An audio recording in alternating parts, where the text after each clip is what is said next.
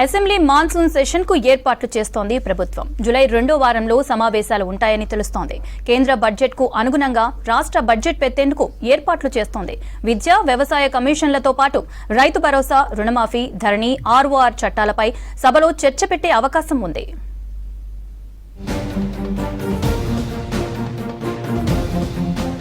Assembly వర్షాకాల సమావేశాలకు ready అవుతోంది రాష్ట్ర ప్రభుత్వం. వివిధ శాఖలతో వరుస సమీక్షలు నిర్వహిస్తున్న ముఖ్యమంత్రి, డిప్యూటీ సీఎం, మంత్రులు పూర్తిస్థాయి బడ్జెట్ ప్రవేశపెట్టేందుకు అధికారులను సమాయత్తం చేస్తున్నారు.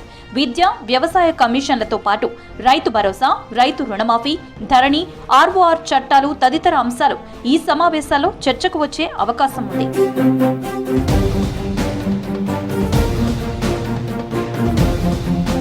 జూలై 2వ వారం నుంచి అసెంబ్లీ సెషన్ ప్రారంభించే ఛాన్స్ ఉన్నట్లు తెలుస్తోంది.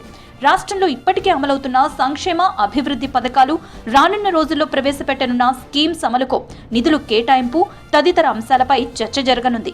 2 లక్షల రుణమాఫీకి ఎంత ఖర్చవుతుంది, దానికి నిధుల సమీకరణ ఎలా చేయాలనే అంశంపై అధికారులు వివరాలు సేకరిస్తున్నారు.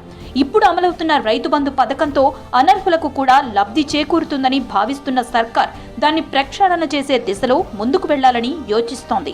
అలాగే సెక్రటేరియట్ ప్రాంగణంలో తెలంగాణ తల్లి విగ్రహ ఏర్పాటు, తెలంగాణ చిహ్నంపై చర్చ జరగనున్నట్లు తెలుస్తోంది.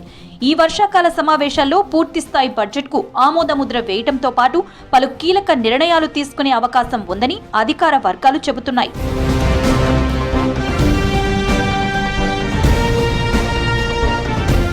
రాష్ట్రంలో ఆగస్టు నుంచి మార్చి వరకు అవసరమైన నిధులు కేటాయింపు కోసం పూర్తిస్థాయి బడ్జెట్ అమల్లోకి రావాల్సి ఉంది.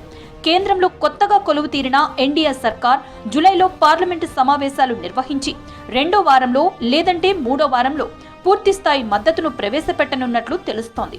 కేంద్ర ప్రభుత్వ బడ్జెట్లో రాష్ట్రానికి కేటాయింపులు ఏ మేరకు ఉంటాయో చూసుకుని వాటి ఆధారంగా ఇక్కడ తెలంగాణ సర్కార్ పూర్తిస్థాయి మద్దతుకు తుది మెరుగులు దిద్దనుంది. పార్లమెంట్లో కేంద్ర బడ్జెట్ పెట్టిన 2-3 రోజుల్లోనే రాష్ట్రంలోనూ బడ్జెట్ను ప్రవేశపెట్టనున్నారు. అంతకంటే ముందు అనేక అంశాలపై అసెంబ్లీలో చర్చ చేయనున్నారు. ధరణి పోర్టల్ కి బదులుగా భూమాతను తెస్తామని చెబుతూ వస్తున్న సర్కార్ ఇదే అంశంపై అసెంబ్లీలో చర్చించే అవకాశం ఉంది.